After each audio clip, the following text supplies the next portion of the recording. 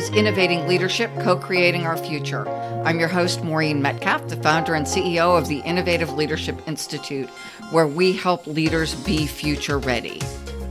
As leaders, we're navigating a world that's changing faster than ever, and the models we've relied on to develop ourselves and our teams are no longer enough. That's why I'm thrilled to be joined by Mark Monchek, a visionary strategist and co-creator of Disrupted, Work Reimagined, Unconference. Alongside Tammy Alvarez, Mark is helping to shape a new model for leadership development, one that's immersive, collaborative, and built for the pace of today's challenges. In this episode, we'll explore how the Unconference is reimagining the way leaders learn, grow, and lead. We'll discuss how to hack the pace of change with AI, build communities of practice, and create leadership experiences that don't end when the event does. Whether you're a CEO, a team leader, or someone passionate about shaping the future of work, this conversation is for you. Mark, welcome. Thank you, Maureen. I am very honored to be here after diving into your new book, after listening to some previous podcasts. I'm really excited about the things you're talking about are exactly the things that I'm talking about, I'm thinking about all the time. So this is really, really an honor for me and important and timely. Thank you. And full disclosure, I am one of the participants in the Unconference, so I'm also honored to be included as one of the speakers. Yeah, and we particularly had three people: Neil Sahota, who also has done a book with you; Adele Wang, who talks a lot about the emotional intelligence aspect of AI, the cultural aspect of AI. So the three of you together are actually going to be kind of the thought partners, and we're actually calling people not speakers, reimagine guides, because the new way of experiencing learning, experiencing growth is not I know more than you and I'm going to tell you what you don't know, but it's actually having people together who've had unique kinds of experiences that the leaders, and these are 75 CEOs and C-suite leaders of mid-market companies, we're coming to learn together. We're coming to share together. And the three of you in the Hacking the Pace of Change AI track are really guiding the discussion, guiding the interaction. And after lunch, the 25 or approximately one third of the 75 invitees are going to be going into what we call a business hackathon with the three of you really imagining what can we do to use AI to hack the pace of change and make it positive, not be overwhelmed and threatened by something that feels like it's taking us over. You know, as you say that, Neil, one of our co-authors, is also a co-founder of AI for Good through the UN. And this Yes. idea that AI isn't taking us over, while there are certainly risks to be managed and governance challenges, there are also significant opportunities to use AI for the positive for ourselves, our businesses, and all of our stakeholders. Yes, Maureen, absolutely. And one of the reasons why we chose the three of you is I love the fact that you are demystifying AI, taking away, the what's the almost the layers of threat, the layers of confusion, the layers of stories about it, and actually saying what is it, what it could be, and giving really relevant use cases of how it is being used right now and also how you, Maureen, are learning how to use it by improving your humanness. And that's one of the things that really came across in your book and came across in the previous podcast I listened to is how important it is to improve our abilities to be human, to be aware, to be caring, to be empathetic, to be inclusive. And that is kind of the partnership we need to have with AI or any technology and also the other people we're using it with. Thank you, Mark, for amplifying that, because I do think that AI presents some brilliant opportunities and it calls us as leaders to be better at some of the things that we've always had to do, but we have been able to mask our deficiencies in many cases by surrounding ourselves with people who are good. That changes when we surround ourselves by machines that are also good in some areas, but may have some deficiencies.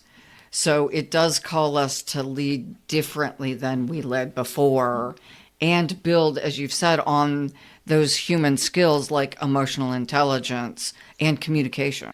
Yeah, being a writer and having learned about the power of words since I was a little kid, I would prefer personally I prefer the word limitations than deficiencies because deficiency sounds like we could be more this or more that, but I think we're naturally limited because we are supposed to be doing things with other people. We're supposed to be collaborating. So the myth that we have learned over many centuries since Darwin and past is that somehow we humans are in competition with other humans and other species, and that we have to think about life as a competitive game or a competitive exercise or what have you. Mm-hmm. I think a lot of people misinterpreted what Darwin said. I think the reality is that we are humans because we are better at collaborating with other humans. And yet we've reached a point where we have limited our ability to collaborate because there's still this other belief that we have to compete with people. And part of the mantra, I'm sure Tammy has shared this with you, my partner Tammy Alvarez from the Unconference. One of our mantras is collaboration is the new competition.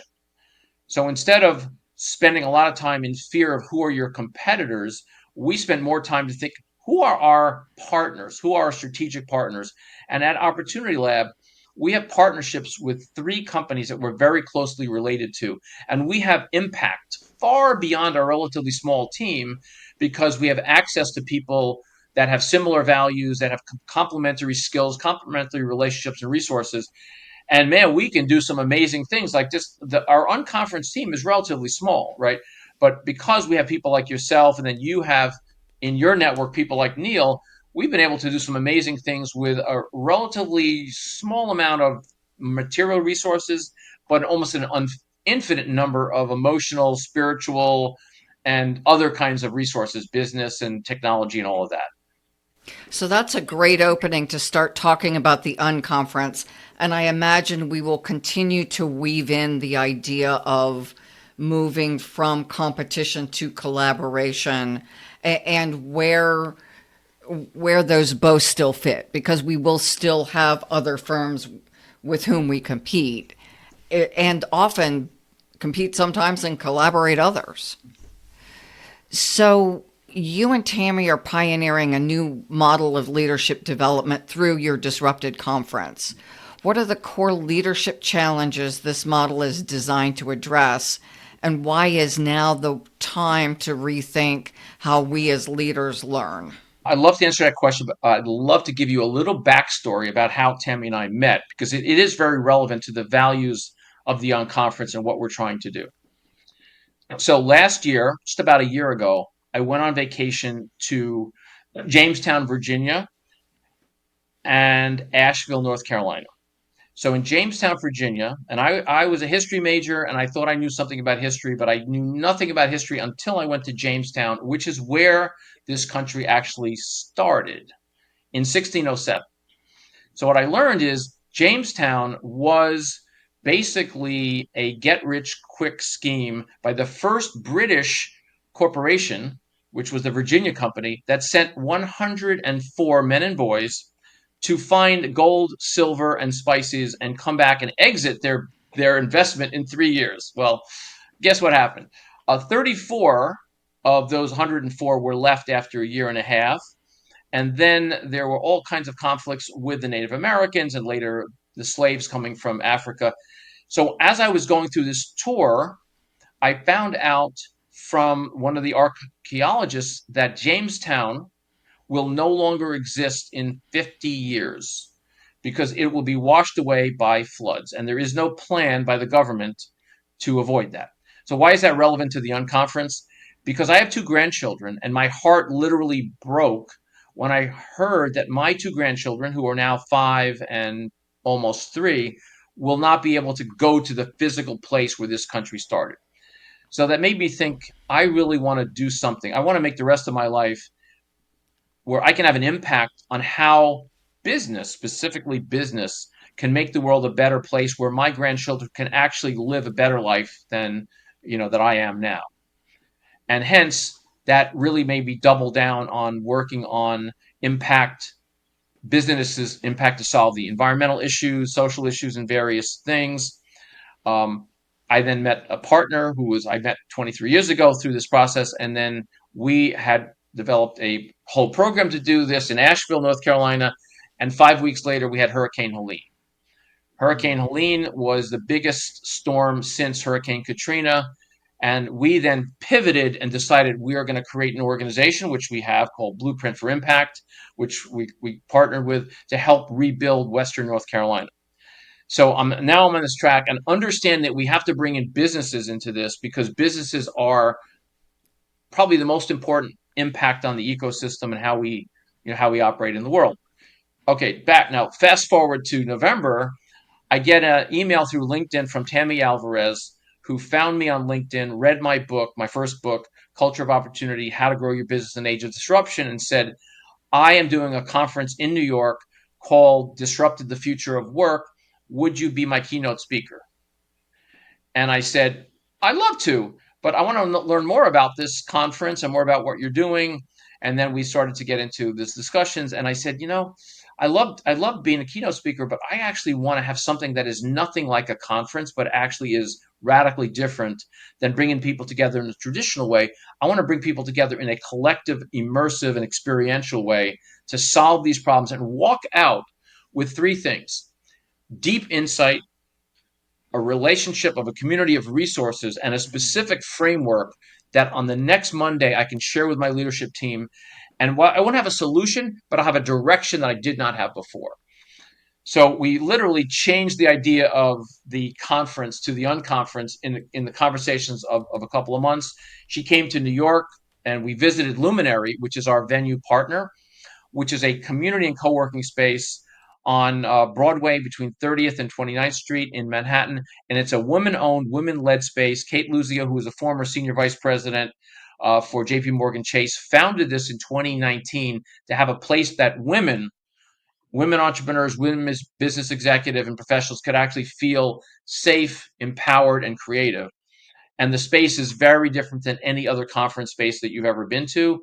It's bespoke, it's quirky, and it is fun.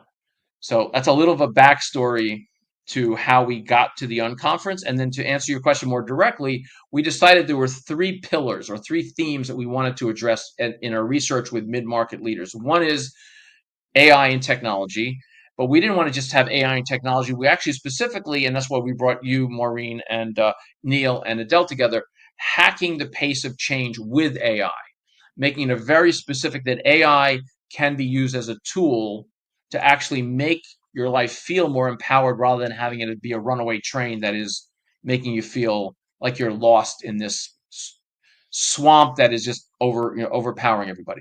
The second is what we call the leadership reset, which is obviously very much aligned with what you're doing at the Innovative Leadership Institute, really rethinking what is leadership today. So when you think about leadership, you think about followership. And I think today's leadership, which is a lot of what I got out of your book, is not about giving people specific things to follow, but actually creating a culture and environment where people feel included, their ideas are valued, and that the solutions we come up with are collaborative and immersive and emergent, not just this direction that we are going to be working towards. And that model just doesn't work anymore. So strategic planning has been turned on its head, as it has leadership. The third is culture and talent. Obviously, technology leadership is not going to work without a thriving culture and having the right talent. So that is the third: thriving cultures through empowering talent. Those are the three pillars, and we have three reimagined guides for each of those pillars.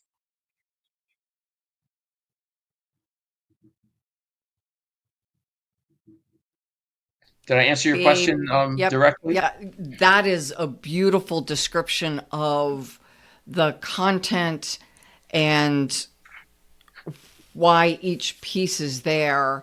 And I do say I completely resonate. While my story is different, I don't have grandchildren. I have a very close connection and close friends in Asheville. And so we were also heartbroken to see how disrupted their lives were. And as we look around the country, what's just happened with the floods in Texas and other places where it is more frequent that people are literally perishing in these situations, and that we as business leaders have opportunities to make an impact, irrespective of what's happening in our government. An example, I live in Columbus, and AEP is our power company. While the government may be rolling back some environmental regulations, smart companies with a longer time horizon, are continuing to move forward with environmentally conscious policies because they have to. That if we flip back and forth, our investment profile is a mess. If we're flipping based on current 4-year administration policies. So I use them as an example to say I am encouraged that companies are making what appears from the outside to be environmentally conscious decisions that come back to leadership. Yes, exactly. And I want to reflect on a point that you made in the interview you did with Christopher Washington about ESG. And you said that some companies get ESG and like it, some companies not so much.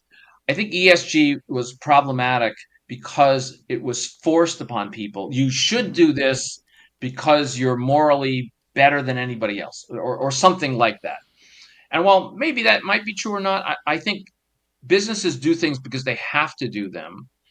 And I think they are doing them now more because they realize to have a sustainable business, they have to care about the environment. They have to care about the social lives of the communities and the people that work with them. And there is a governance element to that too, right? So I think ESG, or whatever you want to call it, is becoming Mm-hmm. more of your business strategy because you're realizing you're in a world, as you and Christopher talked about, that you can't control anymore. 55% of the CEOs that you did, cited the research, feel like they can't control much of what they have to be responsible for, right? So wars in the Middle East, wars in Ukraine and Russia, climate change, and all of that. And then when you talked about the trends, that when you outlined the trends for 2024, I really like the fact that you led with weather disruption and not climate change. Because when people think about climate change, it's big, it's overwhelming. Some people can argue with it, but nobody can argue with weather disruption. And weather disruption is the immediate impact to your business.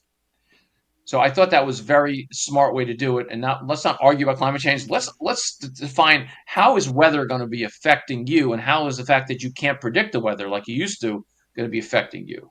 And the cost of those weather disruptions, if we look at last year and freezes in Texas that are atypical, I went to buy paint at my local Sherwin-Williams store, and they were out of the white base because it froze in Texas. So basic, I realize that seems pretty minor in the scheme of the world, but for Sherwin-Williams, that a lot of paint was destroyed because of the weather isn't insignificant. It's a Yeah. significant business cost. So I want to get back to your question about the unconference, because you did I did kind of describe, I think, the themes, the content, the concepts, but I want to describe the actual experience because that's also important of what makes it different. So how we start our day and how we end our day is very important in terms of how the day actually goes. So you talked a lot about your self-care practices, the things that you do to be a better human, to make you more resilient. And I love that. That's a big part of my life. In this unconference, we're going to begin the day with music. We're going to begin the day with personal greetings and really making people feel like they have been taken care of with healthy food, nutritious food, and an environment that is very personal.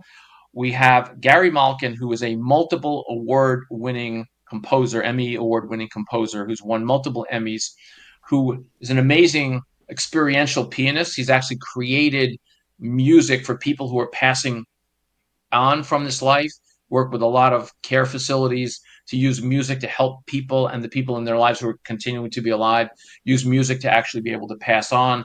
He's helped create environments in companies where people can actually reduce stress with using music. So he is actually going to play some music. We're going to have music to be a theme throughout the entire day in very subtle, kind of immersive ways. We are going to have drunk yoga. We're not going to be drinking. So Eli Walker, the founder of Drunk Yoga, will be doing some very short, really cool drunk yoga exercises. So drunk yoga is symbolic of, we think of yoga as a serious thing and you have to learn all these techniques. And she created drunk yoga to actually make people feel like yoga can be fun and cool and it doesn't have to be so prescriptive. You can do it anytime. So there's going to be a few 5-minute, kind of intervals where we're going to do some stretching, some yoga exercises, which will feel fun and relaxing, not as prescriptive as some people think that yoga is. Throughout the day, there are going to be breaks where people can get together with each other. We're going to have a lunch up on the glass ceiling, which is obviously appropriately named because of the woman-owned luminary space. We have skylights there. The views are incredible, and the ability to connect with people during lunch is going to be really, really fascinating. And then I talked about the hackathons, which are going to be very immersive and collaborative. And then at the end of the day, we are going to have some more music. Now, we have a group called the Bone Tones, which are a CEO-led band that does rock, does rhythm and blues, and does jazz. And we met the Bone Tones at a event that I was doing to help North Carolina rebuild, and they were playing at the Sheraton right near the space where we were doing our event. And so my partner Wendy White, who's going to be one of the Reimagined guys, you'll meet her, heard this band and she loved the band and she went up to them and says, "Hey, what do you guys do?" Well, this is just a gig that we do part-time. We run a company called MTF Biologics, which is a $500 million nonprofit that is the intermediary between organ and tissue donors and organ and tissue recipients. They're a global leader in this. So I said, Wendy, you got to call up this group of people. I want to have them play at the event.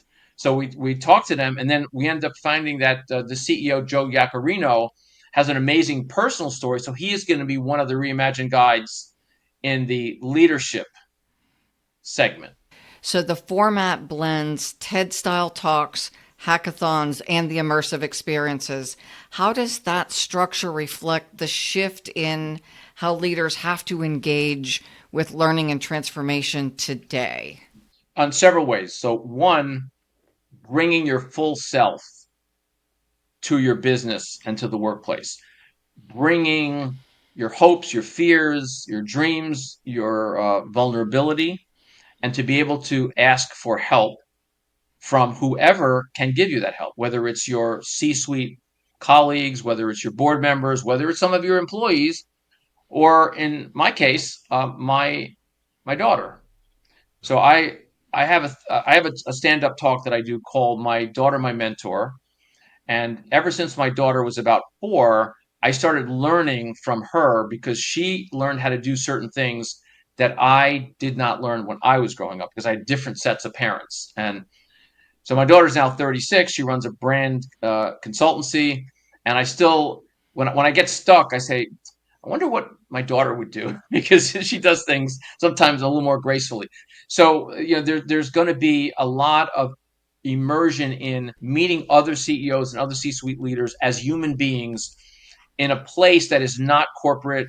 Literally, you're going to go in there, you're going to see the art, you're going to hear the music, and do the yoga. So you're going to bring your full immersive self, all of your 5+ senses.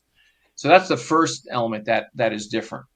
The second element is that is different is that we are going to be building a community as a result of gathering these people. And the community is going to be obviously voluntary. We're going to be intending or hoping that the people who will leave say, "Wow, had no idea what we could do together in one day. I imagine what could we do if we met once a month, if I had a group of other CEOs and senior leaders Mhm. and guides who could help me go into this very unstable, very, very unpredictable future, feeling like I'm part of a larger community that shares my interests." I'm curious. We've got music, we've got drunk yoga, we've got art. What do you say to the executive who says, make it shorter, make it informational, and get me out of here quicker? I don't want the stuff. Wrong conference for you, or wrong unconference for you. Go back to a We're, normal conference. we are focusing on a very small percentage of the thousands and thousands. There's quite a few thousands of CEOs of mid-market companies. We're not looking for the majority. We're looking for the people who realize that better leaders make better companies, make a better world. So if you don't want to be a better leader, if you don't want to be a better person, this is not the place for you. If you want to buy some of the content or get some of the content from your friend who went there, great. Happy to share that with you.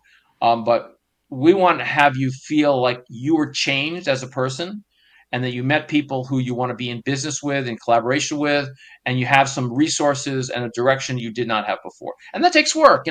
Like you were saying, you invest a lot of time in self-care, self-development. I spend probably 3 hours a day in my own self-care, self-development, learning and all that. And I feel like the more I can do, the better I'm going to be. And I think that in and of itself is a paradigm shift. And again, I'm imagining some of our listeners saying, I'm lucky to get 3 minutes a day to brush my teeth and go to the bathroom because my work schedule, the way it is right now, currently requires that. So we are inviting people to engage in a major shift in how we think about the job of leadership. Yes, it is a very, very major shift. And I don't want to minimize it. I don't want to simplify it. I don't want to say that it's going to be easy or going to be fast. Well, if we want to use the analogy of brushing your teeth, right? People do brush their teeth because they feel yucky if they didn't, right? People would skip brushing their teeth if they didn't feel yucky, if they right, but they feel like, Yeah. yeah, I don't want to go out with bad breath and my mouth just feels so I got to the point, Maureen, that I feel yucky if I leave and begin my day without actually having my mind being calm and feeling like I did something to make my body warm up and give it nutrition. I feel yucky and I don't have good days when I do that. So if we start to help people realize that time management is a just ridiculous concept because you can't manage time. What we can manage or influence is energy, consciousness, and attention. And you see, I love the idea of managing energy, consciousness, and attention. Those three together. And I think of how I have been a classic workaholic and worked. I've done all the admin stuff at night because I'm doing all the client facing work during the day, which led me to making a lot of mistakes because at midnight I'm just not very sharp. And that's when I was invoicing. Managing my energy and my attention is helpful. And it has taken time to get to a place where I can do yoga every day, can eat healthy. And most days, it takes a deliberate attention every day. it does. And a part of that is really understanding our identity and belief systems that cause our behaviors. So I was a workaholic for a good part of my life and did a lot of the same behaviors that you shared. And it did take me quite a long time to change them. And I think about why is that? So my father was born in Brooklyn in 1909 in a 500 square foot apartment, maybe about the size of the room you see behind me, with 7 siblings and 2 parents. 9 people living in an apartment of 500 square feet with one toilet and one sink, right? So imagine 9 people bathing in one sink, and they went to the public baths twice a week if they were lucky. In the summer, they could not sleep in their apartment. They had to sleep on the fire escape or the roof. And my family is not that unusual. There's just a lot of families, if you go back a few generations, that had a lot of poverty and a lot of scarcity to deal with. So why am I telling you this in relationship to beliefs? Is the belief was we had to work really hard. Life is a struggle. And if we don't do everything we could do, we could end up homeless, poor, or not even alive, right? So that survival mentality really came forward, and then it got to be obviously a little bit easier, a little bit, but that still belief is that a work hour results in some kind of impact, some kind of result. And in order for us to actually survive into the next couple of generations, we have to get away from that's a mechanistic way. That's a way that happened when we created the assembly line, when we moved from an agricultural society Mm. to an industrial society. We have to realize that output is not directly related to input. In other words, well, it's not time based. I should say there's not a time correlation between if I put in an hour of work, I get an hour of output. Right, a consciousness way, and right, a really a an abundant way is to say, if Mhm. I am healthy, happy, enjoying myself, feeling on purpose, working with the people I want to work with, I can do an amazing amount of things in a relatively short time. But it's the quality of what I do, the impact of what I do, and the intention of which I'm doing it that makes it work so well. So here's a radical concept for you listeners. You can actually have fun doing really difficult things. And I call it purpose with pleasure. So the idea in my family that you could actually have fun doing difficult things would have been absurd. I think they would have thought that I was coming from another planet. But I have seen and work with people who actually have pleasure with purpose or purpose with pleasure. And there's sometimes when it's not pleasure, there's some things that are just difficult and not pleasurable and never will be. However, there's a lot of things that are pleasurable, but they are difficult. Like what we're doing now is, we're challenging, we're trying to create some really great content in a short amount of time. I'm enjoying myself. And I enjoyed myself, researching this and kind of understanding what you do because it felt like it was a good thing to do and it was purposeful. There's a phrase, what's hard is easy and what's easy is hard. So it is hard to get up at 6 in the morning for me and get to the gym by 6:30. It would be easier to sleep late, have drinks at night so that I didn't, all the stuff. But that results in lack of consciousness, lack of clarity, all the things, and makes my work harder and less fun. So yes, makes total sense. I've kind of shifted my routines pretty radically over the years. And I'll give you an example. So this morning, I woke up around 6:37. I had been in Nashville. My flight got delayed in Atlanta. I had 2.5 hours sleep, all that. Mm. And I decided I was going to cancel one of the meetings and I was going to get a massage, go to take a swim, and really just focus on getting myself ready for a day. And I woke up this morning, I felt really, really good. I had about 3 hours between my when I started work and I had my first meeting, and I had preparing for this interview and a bunch of other things to do. My guide, my wisdom guide said, spend as much time as possible preparing for this interview. This interview is important. Maureen has a high bar. The audience is important. And I spent 2 hours preparing. And then after that, I thought to myself, maybe I should listen to another podcast episode. And then I thought, no, my body doesn't feel good. So I went to the gym. I literally decided, like, on the spur of the moment, took an hour in the gym, came back, and I was ready. So I'm learning how to have a plan and then change the plan when my body tells me differently. So I think a lot of high achieving people like us learned how to make our brains control our body. And that's created a lot of collateral damage in the body because the body is part of our whole being, right? It's not the brain, the body separate thing. It's one part of us.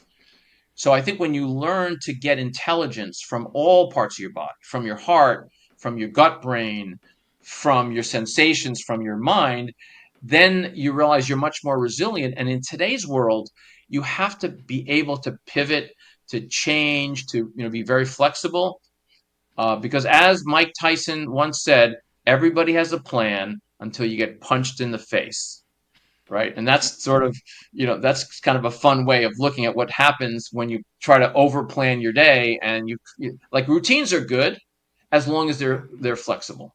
You know, you used the word consciousness earlier. Manage your energy, manage your consciousness, manage your attention. And that's what resonates as I'm listening to you is we as leaders, many of us by the time we get to the leadership ranks are no longer 20. So I can't do the things I did physically when I was that age. Hopefully, I am much sharper and I can do more mentally. But this idea that there is an inner knowing, people use lots of different words for it. Still small voice.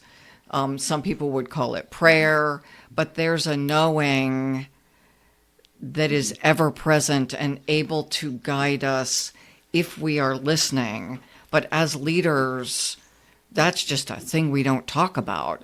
And yet, if we look at some of the most successful and trustworthy leaders that I've worked with, they all have that quiet knowing, and there's a connection to integrity with that I'm in integrity with myself, with my values, and that drives my actions.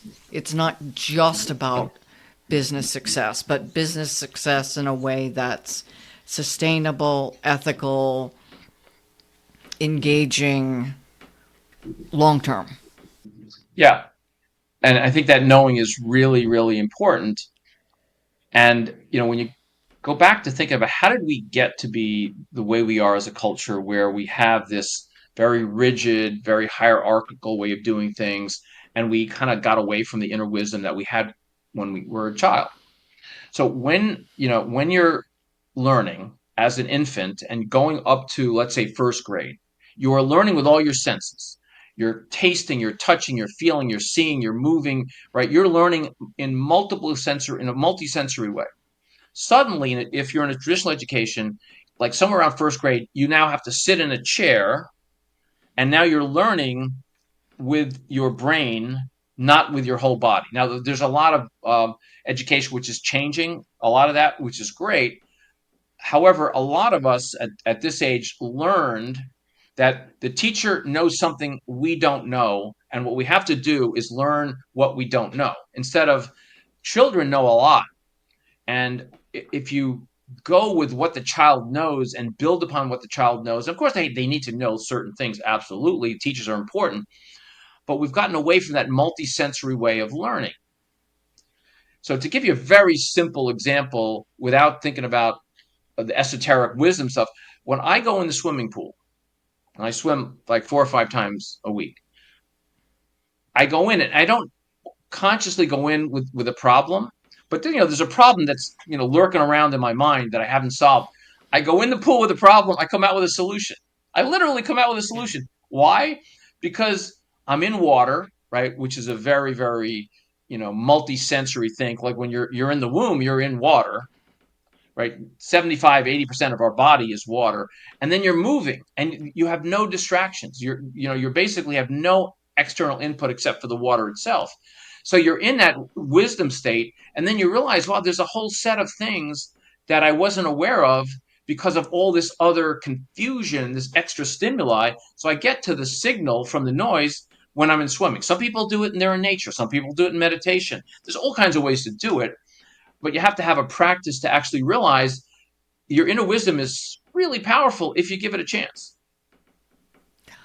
When I was writing, I did it at night walking. So Yeah. until I started yoga, I would do the 10,000 steps. Mm-hmm. Typically, I didn't get my steps until late at night, didn't complete them. So it was after dark. I live off a ravine, so I was walking in the ravine. And it was amazing how I would say, I need 2,000 steps and then I'm going to bed. I would do my 2,000 steps and then sit right back down at my computer because something I had been grappling with was resolved. So to your Mm. point, Yeah. I, Yeah. I, I want to connect this back to the conference because I think the things we're talking about reflect what we believe leadership requires. So we have to do some of the things we did well before, like communicating, like having a vision, like finding ways to engage with people and collaborate, and how we manage ourselves, and by extension, our organization has to evolve. And the way you've structured the conference and the aspects we're talking about really reflect how we believe the most successful leaders will function. So they may not swim or they may not walk, but there is some connection to my inner knowing and using that brilliance to address the situations we have, which underpinning that is agility, flexibility. You've talked about kind of an abundance mindset rather than fear and scarcity. And not that we live in a delusion that says it's all going to be okay, but knowing that we have the capacity collectively to work through, innovate through, resolve the challenges we're facing.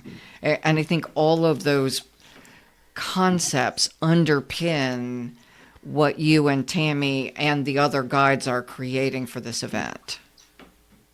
Yeah, thank you. Excellent summary. And we've had so many people like yourself and Neil Sahota and Gary Malkin literally jump on board before we even told them very much because they want to be part of a community that makes the world a better place to do business. They want to be better leaders to make better companies, to make a better world. So we had no problem getting people. Our challenge is to make sure that we serve you well because we also want the reimagined guides to feel like you're getting a great experience, you're getting opportunities to meet people and get some business that is the kind of business that you want, learn as well. So we're really practicing generosity and reciprocity, and that takes some time, but I've enjoyed it really tremendously. I've gotten so much out of just meeting some of the people like yourself and Neil and Adele and all the other folks. Thank you. And so again, you're as you speak, I'm pulling out the principles of things like reciprocity and generosity, that we're all choosing to do this and giving up other commitments to be here. And it is because of the principles you hold and the people you are, you and Tammy, and the others you are bringing forward that make this event something that we don't want to miss. Yeah, thank you.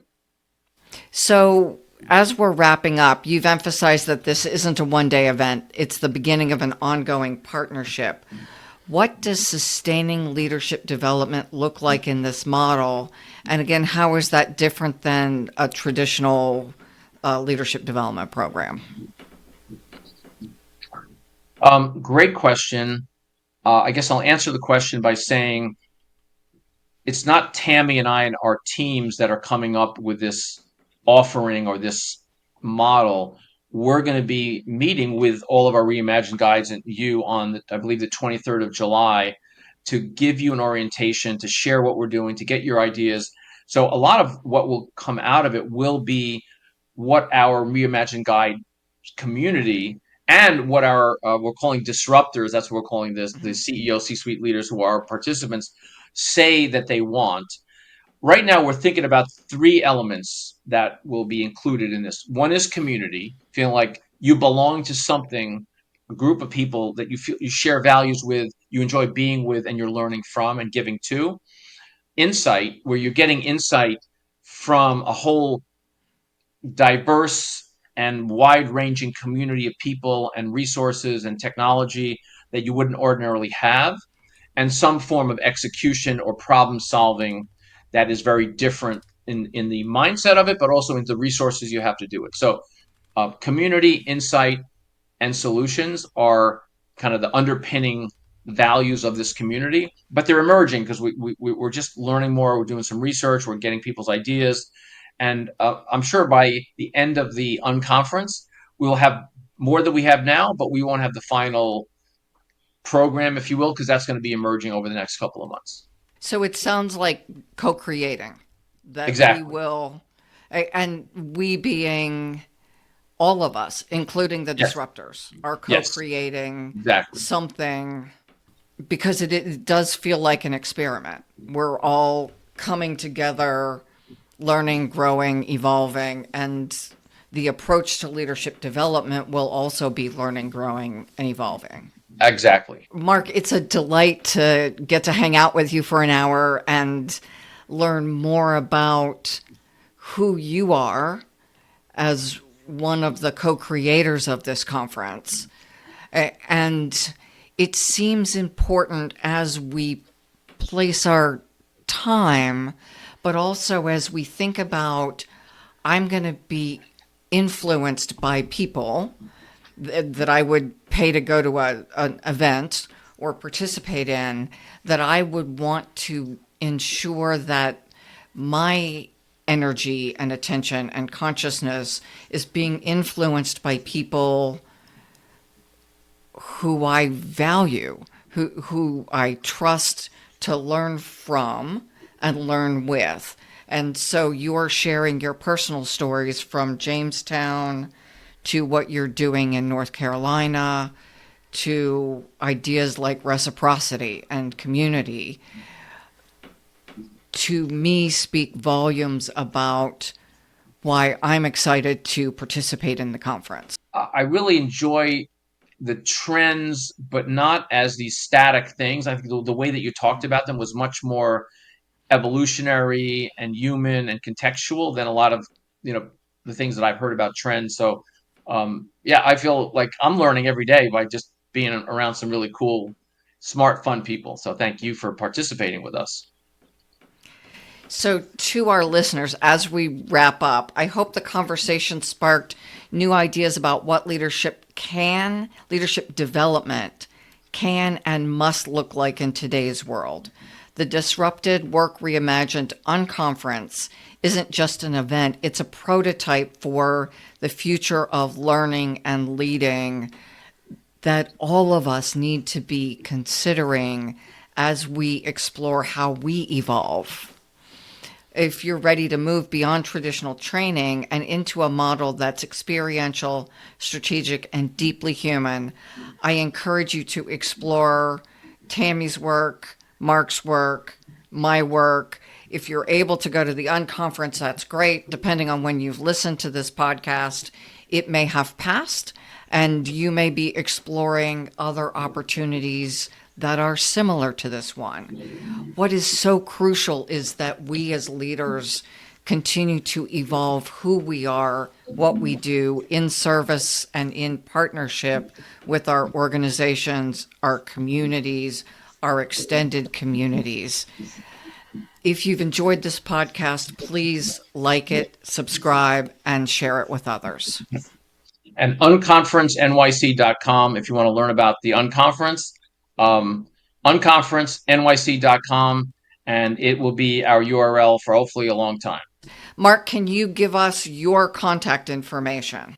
Sure. Mark Monchek, you can reach me email markm@opplab.com, opplab.com. Our website, which is a lot of rich content in it, is opplab.com. And my book is on Amazon, so just search for Culture of Opportunity or my name. And I look forward to connecting with you. Thank you, Mark. Thank you.